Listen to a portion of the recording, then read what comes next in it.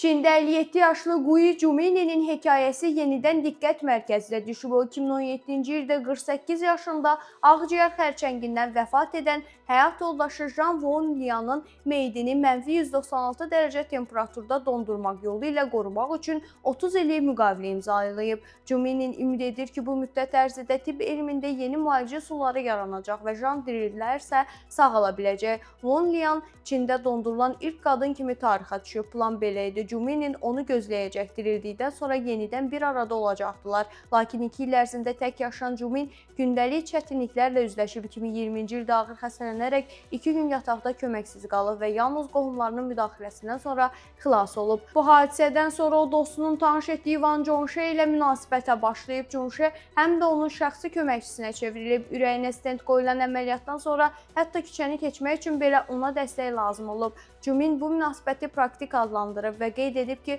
Zhongxie həyat yoldaşını heç vaxt əvəz etməyəcək, çünki o keçmişi silə bilməz, amma yaşamağa davam etməlidir. Bu sözlər Çin sosial mediasında müzakirələrə səbəb olub. Bəziləri onu emosional poliqamiyada ittiham edərək sual edib. Əgər gələcəkdə başqa qadına bağlıdırsa, niyə indi yeni münasibətdədir və niyə hazırki qadını səmimi sevmir? Başqaları isə onun yaşadıqlarını anlayışla qarşılayıb və həyat davam edir deyiblər.